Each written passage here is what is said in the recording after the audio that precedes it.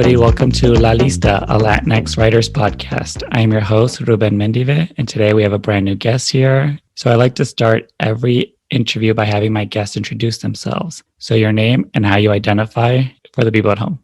First of all, thank you for having me. I want to be here. I'm a fan of the show. My name is Benjamin Huerta Cristobal. I was born and raised in Tepic, Mexico. I am a filmmaker, you can say, all-around artist, but film kind of what I'm doing the most at the moment, but all-around artist, you know. And yeah, man, pronouns he, him, the boy. Yeah, I'm from San Diego, California now. I've been living here for 15 years. I love it out here. If it wasn't for COVID, I would be in LA right now. But hey, man, I'm glad to be here of all places. Self-proclaimed finest city on the USA. When someone asks you, where are you from? So like, what's the short version? What's the long version? The short version, honestly, just to not get it super complicated, I'm from San Diego. That's what I tell people. I've been living here for 15 years in April, just coming up. I'm 24, so that's a little more than half my life that I've been living. I have a joke among my friends that I call myself Chicano for branding purposes. If I know you and it's worth the time to give you the whole rundown, I was born and raised in Mexico, and I lived there for the first 10 years of my life. I spent a cool portion of my life in another country, and definitely affects the way I act now. So I was born in Mexico City, so that's where I'm from. And I moved to the States when I was like 4. So I don't have a ton of memories of Mexico. So I am curious of like your childhood in Mexico. Like, how would you describe it to someone who's never been? I grew up in a small town, and I mean a small town with chickens. I grew up. There was a lot of dirt roads. There was one main road that was pretty much the highway, and took you from one part of the city to the next part of the town. So I grew up doing what everyone in the comments says the kids these days are not doing. I was running around barefoot. We had a game where we would set up bricks, and someone would throw the ball. If they hit your brick, you have to go get the ball. I'm trying to hit another kid with the ball. So I would play games like that for literal hours. I rode my bike a lot all over town. There was one time the circus came to my town and I was bugging out because I'd never seen animals up close. So I was riding around my bike, letting the whole neighborhood know, hey, yo, the circus is in town. And my cousin found me and he threw a rock at my bike, man. And I fell face first because the rock hit the front tire. And I was so upset. I was like, bro, why'd you do that? Tell me, why are you screaming? And I didn't have an answer for him, so we just fought for a little bit. But that was the type of childhood I had, you know, got in fights, rode around bikes, you know. I was barefoot a lot, so I got sick a lot as a young man, but my immune system, you know, got stronger after that. My grandpa used to have a ranch, so I would spend a lot of times at the ranch. We had cows, we had horses. When I got a little older, we used to ride on the cows, like, what's what they called when they jump up and down? The rodeos. We would play around like rodeos, and I got sent up pretty high a couple of times from some of the cows because I was smaller. I was very small. But doing stuff like that was fun. When I was a kid, I would spend half the week in Villaralgo. I forgot to say that. I grew up in the town of Villaralgo, which is an hour away from where I was born, Tepic. Tepic is the capital of Nayarit. I was born in the capital. A lot of my family was born there too. And Villaralgo is where a lot of my other family lived there as well. So both sides of my family, my mom and my dad's side, they lived in Villaralgo and Tepic. So yeah, that was my childhood, was going back and forth between Tepic and Villaralgo. Tepic was, you know, like any other city. So there were buses, skyscrapers. So I got a little bit of both. I grew up around the dirt roads, but, you know, over the weekends I would come over to the city, visit my grandma. Little arcade machines, maquinitas, we used to call them. They were very popular. So everywhere I went, I was always trying to perfect the skill. I was a big fan of fighting games growing up. King of Fighters '07, that was my favorite one. We never got into Street Fighter like that. I like Mortal Kombat, but Tekken, King of Fighters were the biggest rave where I grew up. So if you were anyone, you had to get on the maquinita and let people know. Compare that to how I grew up in the States, completely different. You know, when I grew up, you came into someone's house. You could walk into anyone's house because we all knew each other. You would say, hey, how you doing? Good, I'm doing well. You would, you know, you would talk to the person of the house. They will tell you the rules. Hey, take off the shoes or don't go in the back over here. And it was like that. I knew all my neighbors. I knew damn near anyone in my community. In the States, I can't tell you the names of any of my neighbors. I'm going to be honest with you. But that was my childhood. I was buck wild. Let's leave it at that. And so, you mentioned you moved to the States. So like, how old were you? Where did you move and why? I was 10 years old when I moved. I moved here in April of 2007. So October, of that, my birthday's in October. So October of that year, I would have turned 11. We were living in Tepic. It's 2006. My mom, myself, my sister, my little brother, and my pops. And my grandpa passed away in 2005 from my mom's side. So when he passed away, my grandma and all my uncles that were living here decided to move to San Diego because all my other uncles on that side of the family were living up here already. So when they moved, I think money wasn't the best back home. Our entire family were living over here already. The only ones from the family that haven't moved, and that's from both sides of my family, is one of my uncles from my dad's side and my grandparents from my dad's side were the only ones that stayed behind, pretty much. And my dad, he's living over there now. But everyone else were over here up in San Diego. So that was kind of the biggest reason, is that there was more money over there. Everyone was already here. We were pretty much the last major exodus to the States. Everyone that was going to stay here, stay there. And we've all been here ever since. So that's why we moved. I was 10. And to this day, man, that was kind of the weirdest part, is that my little brother, when he moved here, even my younger sister, my little brother was around 3. My little sister was around 5. So I was the only one with actual memories of Mexico. And still memories that I have to this day, and I don't think they'll ever necessarily go away. So it was really hard for me when I moved over here. I didn't speak the language for a cool 3.5 years. So those 3 years were rough, man. Going to school and just, walking around. You didn't speak the language, I think I was in 8th grade when I finally learned the language, or I had a grasp of it, at least I could hold a conversation. But those first 3 years were rough, for sure. How would you describe, San Diego to someone that's never been there, like growing up there? Cool, man. San Diego is the last city you hit before you enter Mexico, or the last county, I should say. We are neighboring Tijuana. I say this with little hesitation. San Diego has the best Mexican food. I say this because we're right next to Mexico. We have a lot of Middle Eastern and African, refugees over here. So the food they make has to compete with the food we're making. So that rivalry breeds excellence. You can't have Mexican food that doesn't compare to what the South, Ethiopians are cooking, or the Middle Easterns are cooking, or the Vietnamese. Man, there's a neighborhood in San Diego called City Heights that has the biggest population of Ethiopian refugees, Middle Eastern refugees, Vietnamese refugees, and Latin Americans. The culinary scene in that part of town, to die for. A summary of the city itself, there's a lot of people here in a lot of different parts of San Diego that even I've been here for 15 years and I'm still finding parts of San Diego I didn't know about. It's if you drive up the mountains for an hour and you end up in a part of town where they're farming or they have horses in their front yard. Drive a couple minutes down south and you're in a part of town that looks like Tijuana, pretty much, and you're in a part of town that looks like Beverly Hills, It's very interesting. There's a lot going on. You got to be in the right part of town, but the people here are very nice, very mellow. That's why I like San Diego. I've been to the Bay. I've been to LA. You guys are a little too fast paced. You come to San Diego, everything's a lot slower. If you get to downtown, then you start seeing a little more life. But usually we're very mellow over here. Everyone's still really into like Sublime over here. I don't know why.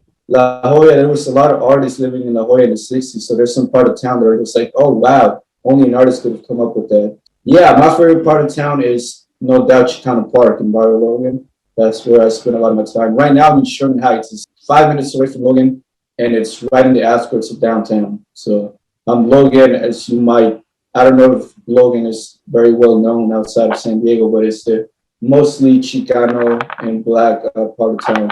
Chicano Park is right underneath the freeway that goes on Coronado Island. I'm there pretty much every week.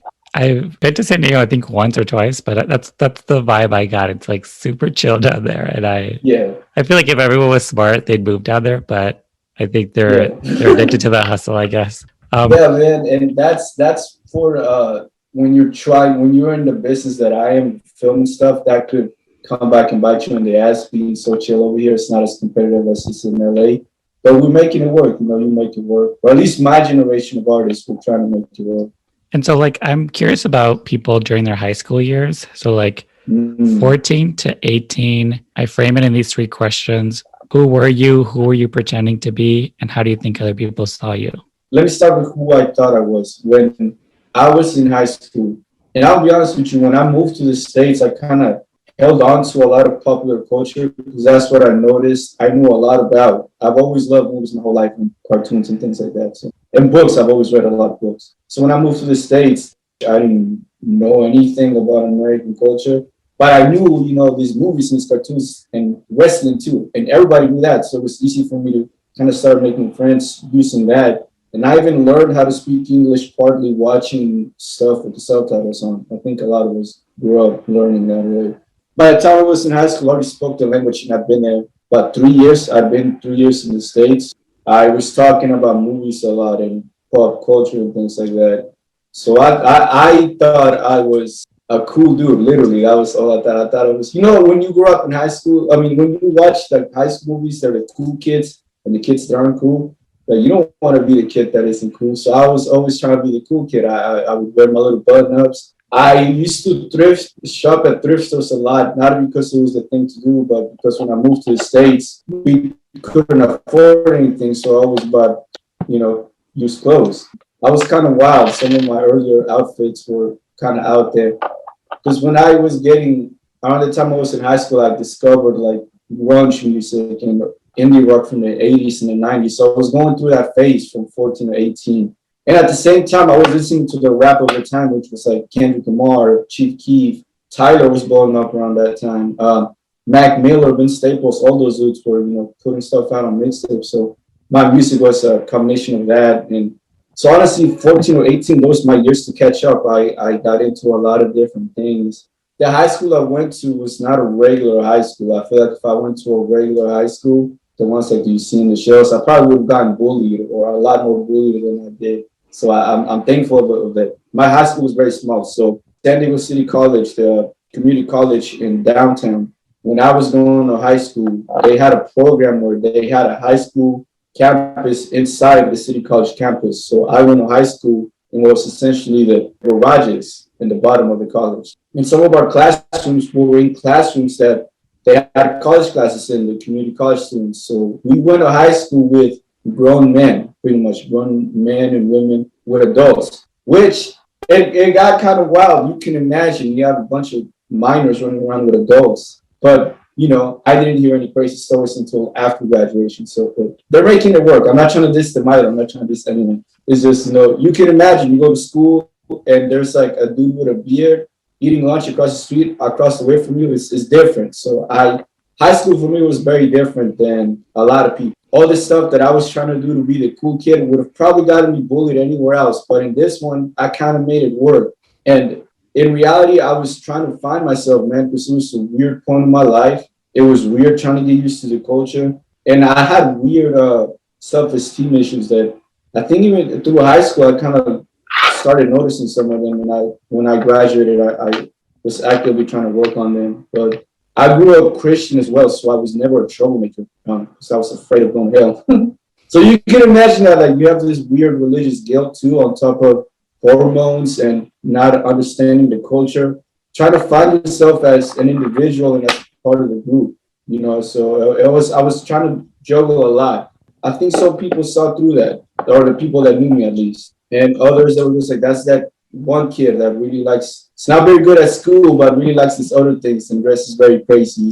And I've always been very, very social, not because I'm necessarily outgoing or anything, but I grew up, and for better or for worse, I grew up in a Mexican household that you said please and thank you, and you looked everyone in the eye. I'm not saying that makes us any better than anyone else, but that's just how I happened to grow up. So even in high school, I always, shook hands with everyone. I talked to everyone. I made eye contact. I was sociable. I don't necessarily like talking, but I'm good at it. So I talked to a lot of people, man. Again, my school was very small. If I went to a regular high school, that technique probably wouldn't have worked. But thankfully, where I went to school, I was very popular with a lot of people. I had a little bit of a bootleg Blockbuster business going where I would lend people my DVDs. And I had a list because I still didn't get some of those DVDs back.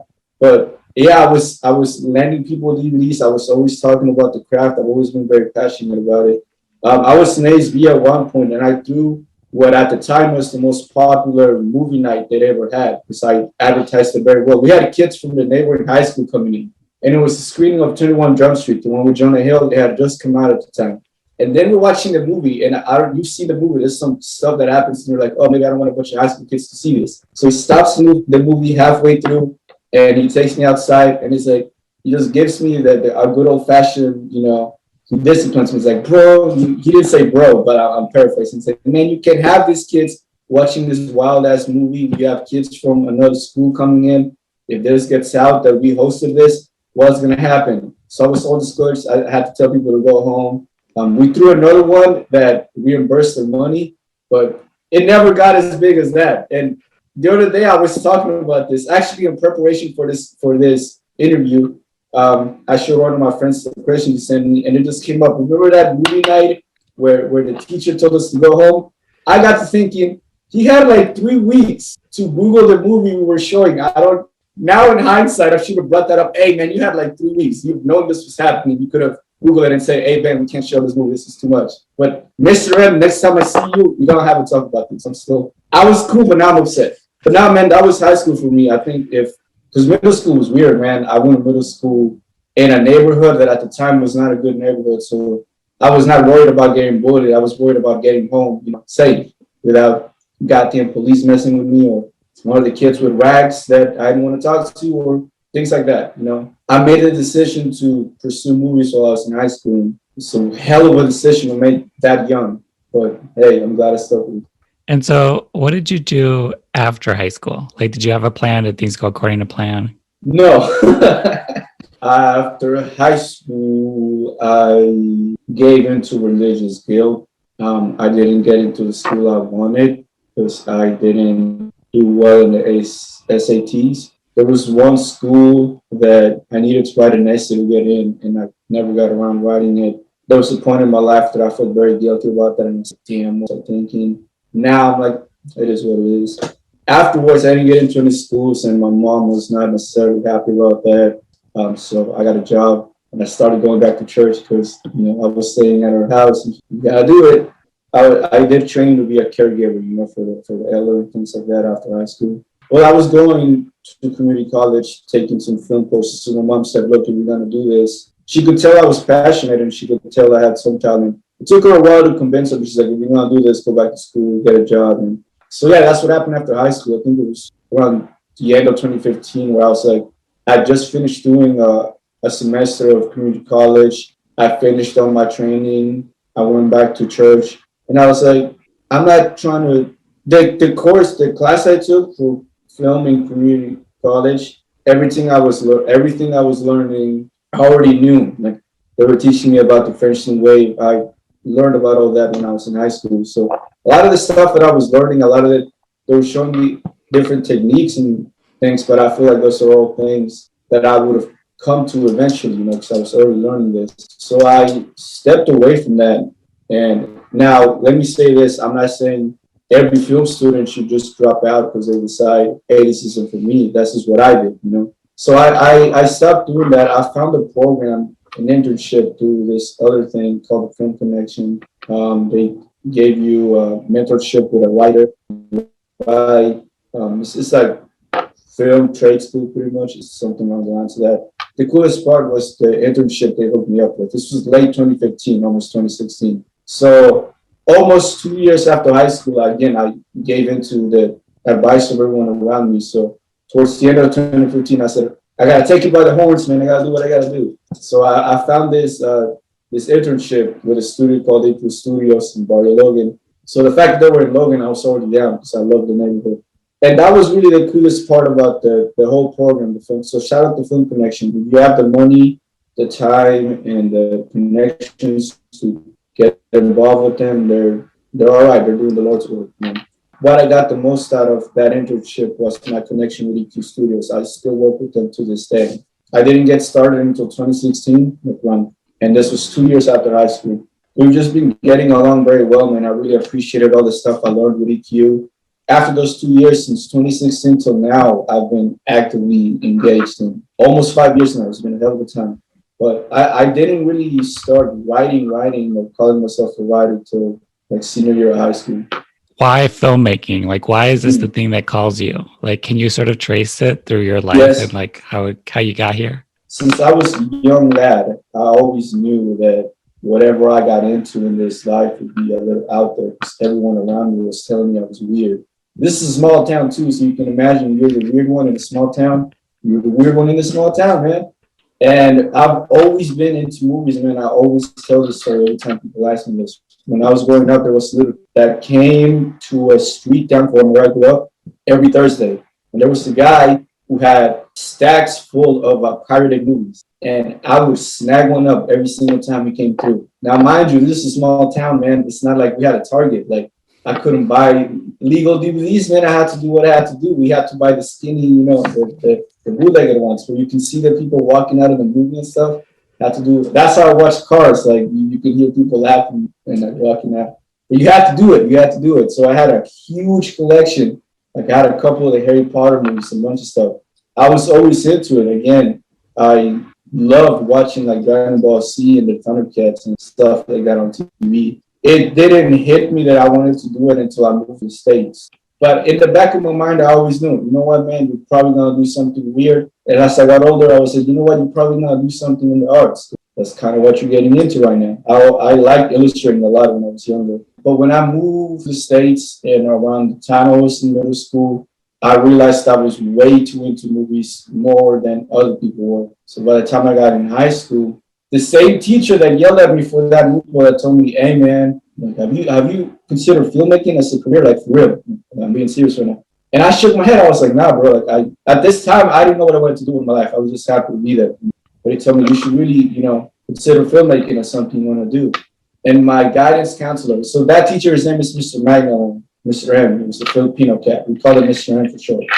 My counselor was Mr. Andy Butel. And he was the second person that told me, hey, man, you're the only person that comes to me after class to talk about a movie that came out 20 years ago. You should really consider doing this. Like I have some books, and he actually gave me some books on the craft that I still have with me to this day. But it was a book he wrote called The Art of the Trade. It was advice. It was breaking down of what some of the script terms meant. So I learned how to write scripts by following that book along. And he had the full script of Butch Cassidy and the Sundance Kid. So I read that script front to back and used it how to learn. From a book he gave me, man. And that was the time the bug entered my brain. This is something you want to do. Around that time, movies that came out in the 90s were hitting their 20-year anniversary or 10-year anniversary. So the early work of like Kevin Smith, Richard Linklater, Jim Jarmusch, they were being re-released like 15-year anniversary, 20-year anniversaries. Around that time, that was the stuff I was interested in. So yeah, it was those dudes, man. Those early films that blew my mind to an extent where I was like, I need to get involved in it. I didn't know you could tell stories like this. It was that, and I was obsessed with like old B movies, man. When I first moved to the States, like I said, I grew up watching Dragon Ball Z, and so I would Google those things and realize quickly that in the States, you guys call this a retro cartoon. So I looked into it, and a lot of my favorite stuff, the Smurfs were apparently retro. And that term retro led me to another term called, then it was this magical world of B movies and the Coen brothers and shit like that. So those movies also kind of inspired me because it was the Evil Dead, the first one by Sam Raimi was a big moment. When I watched that movie, I love Sam Raimi. And Peter Jackson's first movie, Bad Taste, the one with the aliens and shit, they come to invade this town in New Zealand. You wouldn't imagine this was the guy that would go on to make the fucking Lord of the Rings movies, but it was so low budget and just so that DIY spirit is so, that was a big one for me. So it was a weird combination of those old B movies and this independent movies from the 90s and people in my life, elders in my life, telling me you should do this. And then coincidentally, around that time, I discovered those films I just brought up. It just all kind of made sense. By the end of 10th grade, I was like, this is it, bro. There was no doubt in my mind at that point. Can you take us through those, like that journey of like, you know what you want to do, you sort of have the tools to do it. So now what are you doing? Cool. That first year of doing the program, I was working on stuff the studio was producing. And while working on that, I learned how to edit. I learned how to work cameras, this, that, and third. I didn't actively started releasing my own work in 2017. We released the first season of a show called The Block that we produced with the studio, EQ Studios. This was the stuff I was working on when I was an intern as well. And that was a show we do about local people here in San Diego that are making a difference, from the arts, sports, business, this, that, and the third. In 2017, I also worked on a documentary with my good friend Ramel J. Wallace. That short documentary was the first thing I ever produced outside of the EQ Studios umbrella. It was my own thing, my own style. And that was really the one that kind of put my name out there out here in the city. And I've nothing but love for Ramel because of that. Because no one knew who I was. Ramel used to own an art gallery called The Church in Barcelona. And I went to a open mic night once there because a friend of mine was supposed to go for one of her classes. If you went to this open mic night, she got extra credit or something. And shout out to her because that's the only reason I went, because she invited me. And I went, and it was a poetry night, and I met a lot of really cool people that night. More than anything, I was in love with the space. This was late 2016. Finding the church in a place where I could start releasing my artistic ideas was the best thing that could have happened to me in that part of my life, the end of 2016. So I kind of stuck around and I never left. I was always over at the gallery, meeting a bunch of people that I still know to this day. After knowing me for a couple months, Ramel allowed me to film, and we put out the short documentary that again got me recognized in the city. And I'm very thankful for that because at the time, no one knew who I was. And in 2017 was the first time I wrote, that's the first time I wrote a script. I've written a couple scripts before I put out my debut that is in a documentary. Around the time I wrote that film, my internship with the studio had ended. So I left, and it was a weird position for me. I didn't want to do it because working with the studio was steady work, It was like I was done with the program, I did what I had to do, and I had a position, that was kind of what the whole thing was for. It got me something of a job. But I just knew, that position, what they were offering wasn't what I needed. So I left, and I was scared. I was like, I have no consistent work. I'm going to have to, really put my foot out there. It's all up to me now, failure or success, it's on you now. Or that's how I felt. And that desperation or that position in my life forced me to write Two Gunshots a Morning, my debut short film. I came up with that story, but as film fanatics, we all go through that phase where their French New Wave is the coolest shit that ever happened and the best thing that cinema ever produced. So around the time I wrote that movie, I was kind of done with that phase. I was like, all right. I was going through like a phase where I was watching a bunch of movies and writing down ideas, anything that I could come up with, because I needed something, right? Like I was not working with the studio. I was on my own. I need to come up with something. So I went for like a week just watching a bunch of old favorites, writing down all the dumb ideas that came to my head. And I shared a couple of them, and some of them were like, that's a dumb idea, bro. So I was like, all right, scratch that. We're not doing that. And when the guy shot the cop in Breathless, took Saffron in the field, I just watched a romantic movie called Before Sunrise. It came to me, what if the phrase shooting your shot was literal and you actually shot someone, right? And I was like, wait a minute, let's take it a step further. What if Cupid shot you with a gun instead of an arrow? And then everything I was doing, I stopped it and I wrote that down and I realized this is the one, this is the idea. So it took me a couple months to figure it out. I had to snap out of that monologue mentality. And by the time I figured it out, I had already pitched the idea to everyone that was going to be involved. So I told them, give me about 2 weeks to finish the script and then we'll get it going. This is around November of 2017. So August, I got to work, or in November, I already had my cast and crew. They were all friends of mine, by the way. All people that I told them, you have the face of a movie star. You want to do this? And they're like, okay. So once I got that okay, I was putting the finishing touches. The monologue I was writing, they were in a date. They were in the third date, and they were talking about the first date. And in my mind, I'm like, why the fuck am I talking about the first date? Why don't I just show it? And that right there and then, it was another moment. I'm like, there you go. Just show the first time they meet. And by the end, it was love at first sight because they both got shot by Cupid. It makes perfect sense. This is the perfect telenovela ending. I subconsciously, everything I write kind of sounds like a telenovela because I watched way too many of those growing up, way too many. So there's something of a joke. My friend who was in the movie sent me a link of a scene from a telenovela that's pretty much what happens in Two Gunshots, down to the teeth.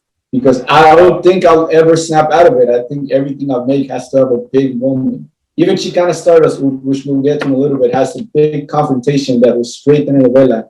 We talked about it in the meeting. It's like, hey man, we just gotta get those tears going. We just gotta get dramatic with this one. I figured out how two gunshots would work. And since this is a writer's thing, it took me many drafts to figure it out. That's one of the beautiful things. It wasn't something that you watched the movie, it didn't come to me at once. I had to write, I had to figure it out. I had to get to know my characters, get to know that maybe, again, I like to talk a lot. Maybe that's not the best for me. Maybe you need to rethink the approach of how you're telling the story.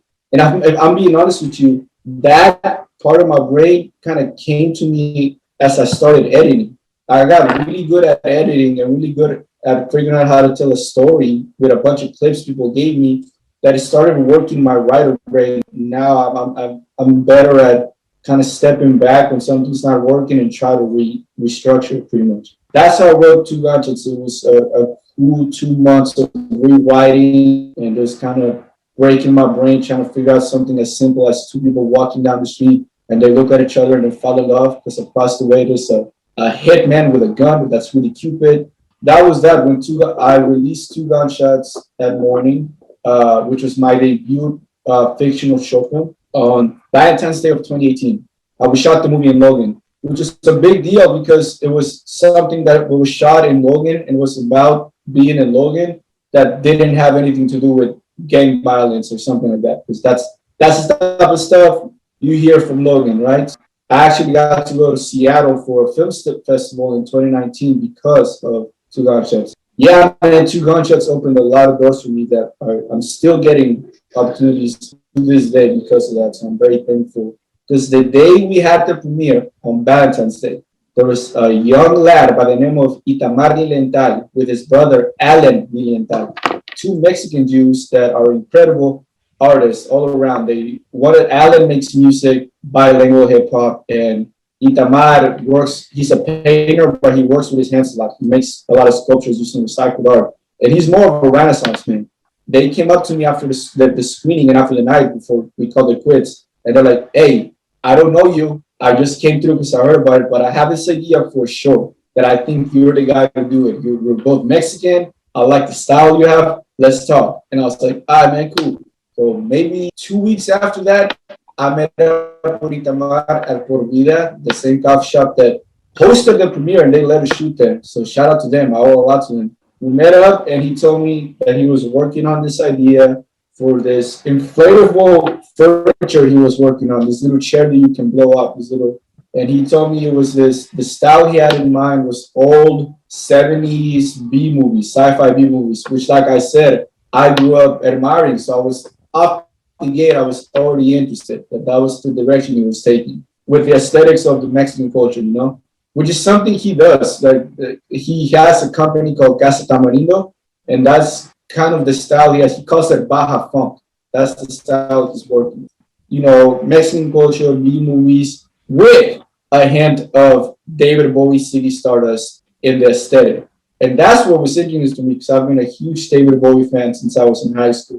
When he told me he wanted to bring that style, that David Bowie, City Stardust aesthetic into his idea, I was down because I love Bowie. And then he said something that sealed the fate of this project. He's like, I don't know what this aesthetic is called, Bowie, sci-fi, and Mexican culture. Let's call it Chicana Stardust. That shit is hot. You put that on a t-shirt, that will sell. There was something about that name, Chicana Stardust. Whatever it came with, whatever it meant, I just knew that name right there. Like, we could not fail. There's no way. With the ideas you have, with the quality of your work, where I was at, the stuff I wanted to do, and that fucking name, that was that. That's all we needed. So we got to work, man. And Chicana Stardust was supposed to be a fashion film, 3, 4, 5-minute fashion film. But the more Itamar and I added to the world, the more we were exploring what this is, the more interested we got in it, the more we were letting people know, we're getting the cast together. The more we were exploring this, we realized, bro, we gotta shoot an actual movie. We have to write a script. And there were certain things that had to happen in his mind with the movie. Kind of like Two Gunshots, it took me a long time to figure out how we're gonna hit these points and tell the story. There's a point in Chicana Stardust where the big conflict of everything is explained in an argument between two sisters, a lot of exposition. Any teacher who teaches screenwriting would have told me you're out of your goddamn mind for writing all this exposition and all this in this one exchange between two characters. And I knew that. I knew as I was writing, I'm writing myself into a hole that I won't come out of. And if it doesn't work, it's not gonna work. But if it works, it's gonna be interesting. It's a B movie. Fuck it. We're gonna go there. We're gonna make it interesting, right? So we wrote it. It was coming together. It took us a couple months before we actually got to start shooting because I had never worked on anything of this scale, and Itamar had never made a movie. So you can imagine all the goddamn, bumps along the way. And there were many, many, many. Even till the day we put it out, there were bumps. So once we finished the script, once we realized what we wanted to do, and we got our minds out of the film, the fashion film, and actually wrote a script, we were working on the shot list, we were doing the goddamn storyboard, everything. The girls that were originally supposed to be in the film couldn't do it anymore because the girl who was originally supposed to play Chicana Stardust was pregnant. And we were getting to a point where you couldn't hide it and it was going to be an issue. When she left, the other girls left with her because they were like, look, she's not going to do it. We don't want to do it, which makes sense. We weren't necessarily paying anyone enough to stay. So, beggars can be choosers. You learn to live with it. One of the girls from the original cast wanted to do it, but the timeline that we had to shoot and put it out got in the way of her schoolwork, her school schedule. So she had to choose that instead of doing the movie. So we lived with that. So at that time that she stepped away from the project, we found another girl to play the main character, Chicana Stardust. She told us she had a sister that looked a lot like her and wanted to act. We said, okay, cool, let's meet her. Let's do a reading. Now, keep in mind, we have a couple weeks before we want to shoot. You got to find actresses in San Diego. You have to look. LA, I assume there's an actress anywhere. It's LA. But San Diego is not the same out here. So, if you find an actress or an actor, keep their number because they don't come in abundance out here. So we were going to say yes to her sister regardless because we saw a photo and they do look alike. They look a lot more like the girl who was supposed to play the other girl. So we do the reading. And again, in my mind, I'm already going to say yes because we're running out of options. But the young lady who was playing Akira, now I haven't explained what Chicana Stardust is, and I can do that in a little bit, but it's a conflict between two sisters. The main conflict is a sister from a different planet. They're not from here. They're aliens, Mexican aliens of a different kind. Their name is Akira and Fela. And Fela, when she landed on Earth, she was given the name Chicana Stardust by people from Tijuana because she looked weird. She looked like a Mexican dress like CD Stardust. So in our minds, that's how she got the name. Fela and Akira, two sisters with a lot of issues. There's some heavy scenes that we knew that were going to take a little emotion and might be a little heavy for girls. So we had a reading and I wanted them to do that scene so I could get an idea of what we're going to need to work on. And Maggie, who plays Akira, who plays the girl with the eye patch, who kind of really is pushing the movie forward. She really is the main narrative force. So a lot was resting on her shoulders. She had a lot of responsibility. And again, I was going to say yes, but I needed to see how she was going to handle it. And she handled it beautifully. The first read we did of that big scene where they have the confrontation, she actually shed tears. And I had never seen someone shed tears reading something I wrote. So I had to step aside for a little bit. Because right there and then, all my doubts were out the window. I knew this movie was going to be a hit. Not a hit, but I knew it was going to be worthwhile because Maggie was that fucking good. Chicana Stardust is my favorite project I've worked on so far because it was so dope making it, and it's been opening up a lot of cool opportunities for me lately. I got to see it in LA at a drive-thru recently, so shout out to Cinema Auto drive-thru. Good people. Shout out to everyone involved. Thank you for the opportunity. But now, Chicana Stardust was interesting because I got to, first and only time I got to talk about what it felt like being a Mexican living in America. The lines and roles you have to play. How hard that can be when you're trying to figure out what side of the coin you want to play today, when that's not how life works. Life is all encompassing. When you have to go back and forth between these roles, which is what it is, it changes the way you see the world. It did for me at least. And this is the first time because of the subject of the movie, because it's called Chicana Stardust. It was the first time I got to talk about the Chicano experience. Even though I'm not technically the textbook Chicano, I was not born here, but I've spent most of my life here. I have a little bit of an accent, but that's just what I add to it. This is one of my attributes. I pretty much have the Chicano experience, even though I wasn't born here. And I got to talk about that with this movie. The first time I've done that, and it won't be the last.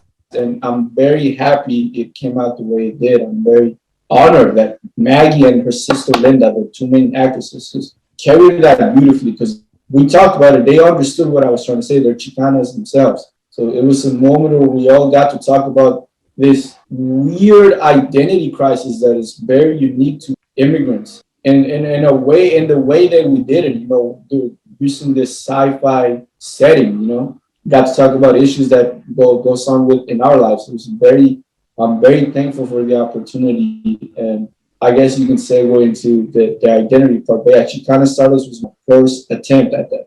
I remember telling older Chicanos in San Diego that we were working on a movie that we were shooting in Logan about aliens, like actual aliens, sci-fi aliens, not, alien immigrants. And just the look in their eyes, how excited they got when they heard that, it was surreal. When I went to Seattle, I explained a part of the movie to one of the directors of the festival, and the look in his eyes are like, I've never heard of anything like that. It's been surreal, man. Honestly, again, just that story of telling the older folks and seeing how happy they get, that shit is crazy.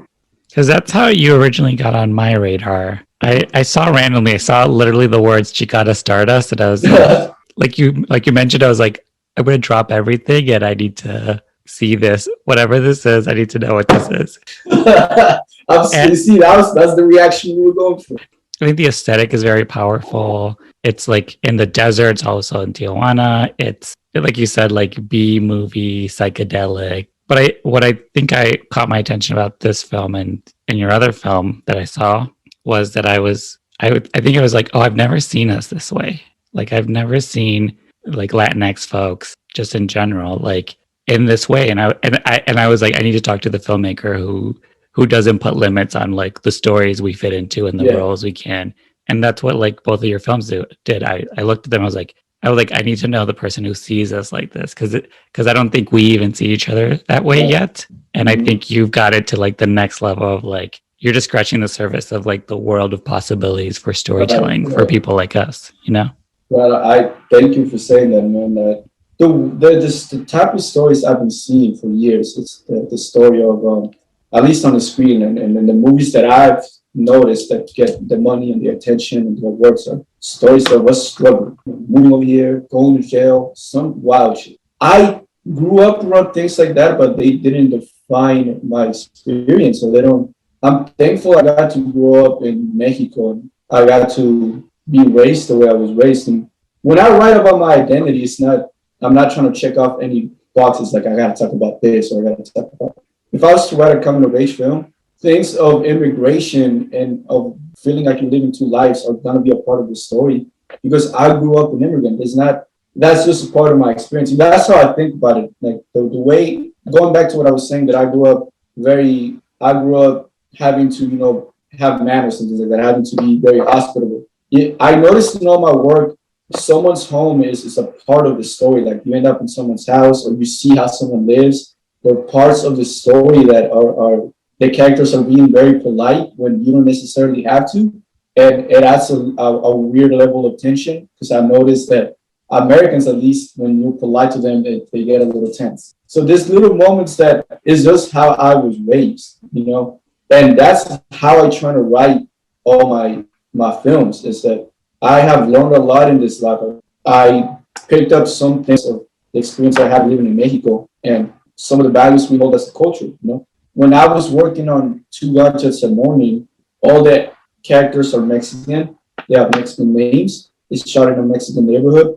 And the song we played was written by a Mexican kid as well. So even though we don't talk about, again, checking off the boxes of immigration or oppression that we would have to in any other story we're allowed to tell, I still made a Mexican-American film because everyone involved, no matter how you look at it is Mexican. So that's how I've been writing identity, and it took me a long time to reach this way of thinking. Because again, when I was younger, I was like, am I trying to be this? Am I trying to be that? I did the classic. I'm not from here. I'm not from there. Now it's more, the older I get, the more you start to see that as a people, most of us at least want a lot of the same things. So I started writing as the stuff I want to achieve, or the stuff I see, or the stories I want to tell. But you can't deny it. It's going to be a Latinx story because that's who the fuck I am. And there's nothing negative or positive about that. It is what it is. And I am proud and I love being Mexican because I love myself. I love the things I've seen, the experiences I've gone through, and the way I was able to make sense of them have made me who I am. And I love this place I am in my life. I love the people around me. I love the opportunities that have been sent my way because of the life I've led. And being LatinX, for better or for worse, is a part of that. And I live my life that way. I'm not, being Latinx is not a monolith. We're not all one thing. That's one of the things that is making me upset these days, is that they're all the same type of story. And a lot of them are Mexican. I'm not seeing a lot of South American stories these days. They're out there. You gotta look for them. But the Netflix, in Netflix, if you go to the Latinx part of Netflix, is most of the Mexican stories they're funding, and then the ones they want to tell. Not to shit on anyone that's putting in the work, man. It's hard out there. You don't need to tell me. When I write, that's how or the stories I want to tell. They're gonna be Latinx stories because that's who I am. My story is not defined by being an immigrant, man. That shit doesn't mean a goddamn thing. When they give us a chance, it's more of we're trying to cater to a demographic. We don't necessarily care. That's what it feels like, at least. You got a demographic that you're trying to get. You got to make your money off that demographic, and you're going to allow us to tell the stories that you think, that demographic wants to hear, and that you think you want to put your money into, and I don't necessarily care about that. I don't necessarily care about playing your game. I haven't played their game to this. I didn't go to film school. I learned how to write my screenplays. So if this far has gotten me by being unconventional, then, I'm trying to do my own thing is what I'm trying to say. Yeah. And I've learned so many things from so many different people that what you said it meant a lot to me what you said earlier, that I see us the ways we don't see ourselves. I think I appreciate that. I don't know if I'll take that upon myself. I don't know if I'll start saying, yeah, bro, I see us like we don't see. I don't know if I'll take the title or take whatever comes with that. But I've learned so much from people that on the news you hear are savages or goddamn criminals. The neighborhood I spent a lot of my time at was at one point the neighborhood you didn't want to be at. I'd like to think I see us the way we've seen ourselves this whole time. I just got the opportunity to show people, and I'll continue to do that. That's all I can do. Yeah, well, I highly recommend everybody check out all your films. I highly recommend that we all think like you're thinking right now, because just from everything I see that's out there, I think you are probably like ahead of like how most of us see the Latinx narrative.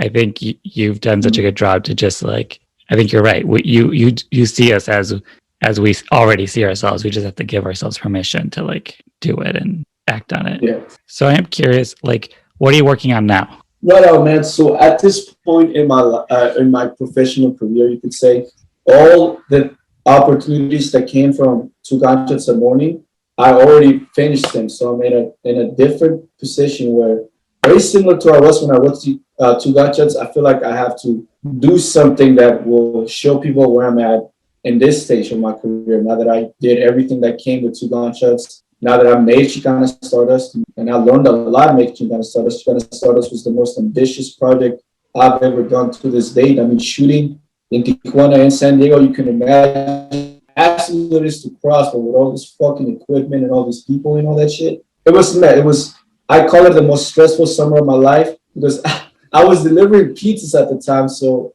we were shooting on the weekend, and the job I had delivering food, on the weekends, we worked until like 2, 3 in the morning because it was that busy. So there were times when we were shooting Chicana Stardust where I go to sleep at 3 in the morning and I had to be up by 5 to make the 7 o'clock call time. that was hell, but we made it happen. Right now, I'm at that point in my life where all the narratives that I started working on after two gunshots came through. So now I feel that I have all the stories I have in my head.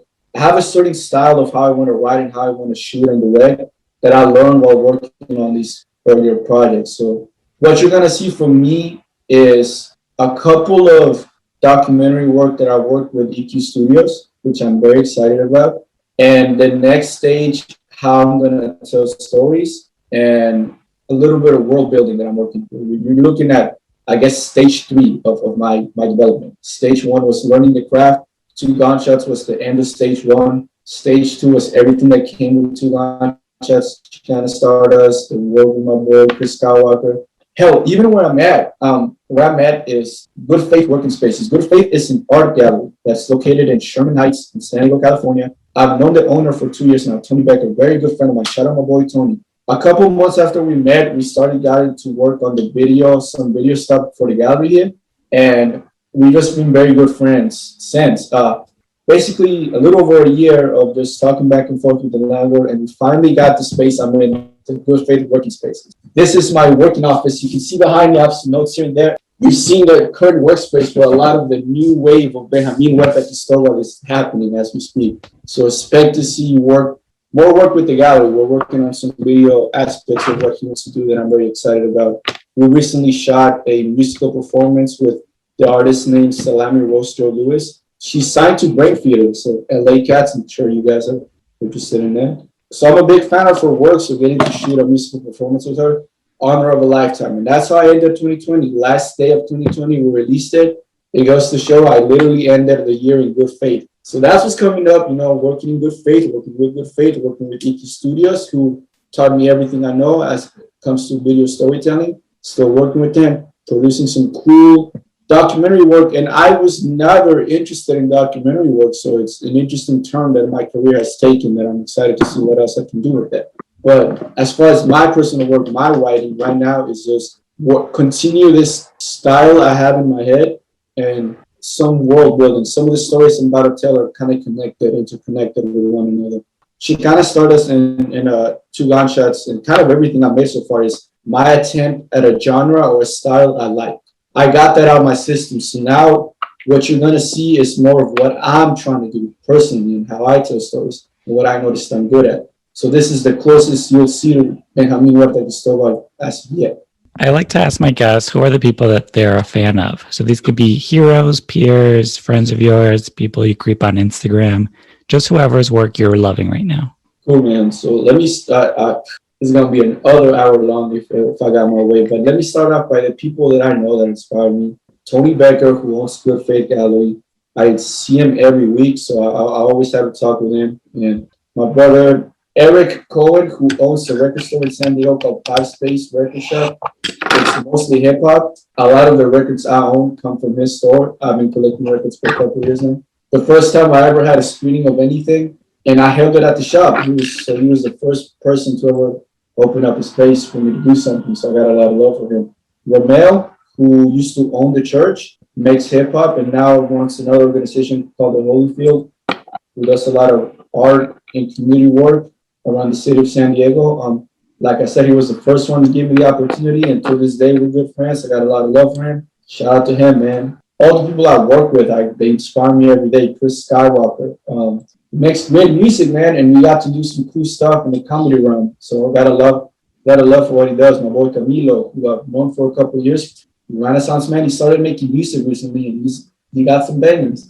Camilo, DJ, and Dante, who I worked with them when we were making the skits. Might be the best actress I've had the privilege of working with, besides Maggie, who played Akira. She has the first spot at the moment, but DJ and Dante come a close second. They're both incredible. They have incredible energy.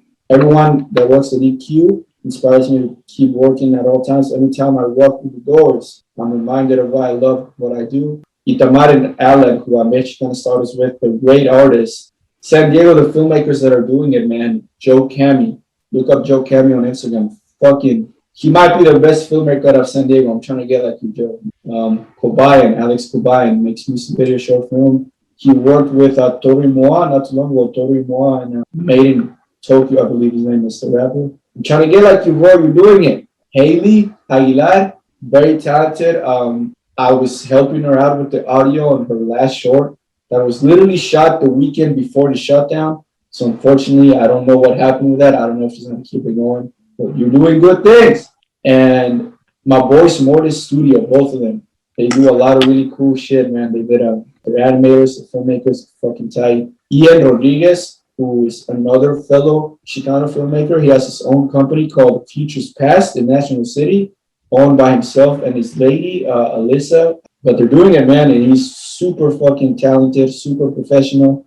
Last one from San Diego, my brother Luke Lace, Filipino king, also doing it big. Inspires me all the time. He has a brand called Playhouse. Shout out to Paradise Hills, a beautiful part of town. You're doing it, man. I'm trying to get like you too.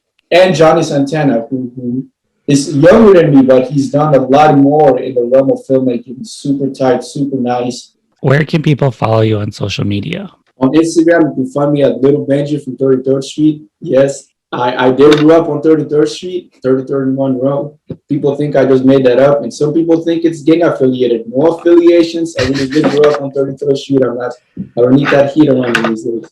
Little Ben from 33rd on Twitter. I couldn't write the whole 33rd Street part. Twitter's a little more conservative with the length of it. Benjamin Huerta on Vimeo and YouTube. You can find Chugacha Tsamoni on Vimeo and YouTube under my name. Chicana Stardust is on YouTube. Itamar uploaded on his Casa Tamarindo channel, which is the name of his production company. So you can find it on Casa Tamarindo's YouTube channel and on YouTube. Chicana Stardust, both the movie and the trailer. Vimeo has most of the stuff I've made on the director's side. On YouTube, you can find my comedy sketch work with my friends over at the Tardy Boys YouTube channel, and keep an eye on that because we're going to keep it getting back on track with that. 2020 did not stop us just yet. And yeah, man, if you're ever in San Diego, you'll find me somewhere around downtown or Barrio Logan acting it up. And so I like to have my guests help me title the episode. So the prompt is a blank Latinx writer. And in that blank, you can put as many words as you want. You can mix them all around. Just whatever feels true to you, this conversation, your writing.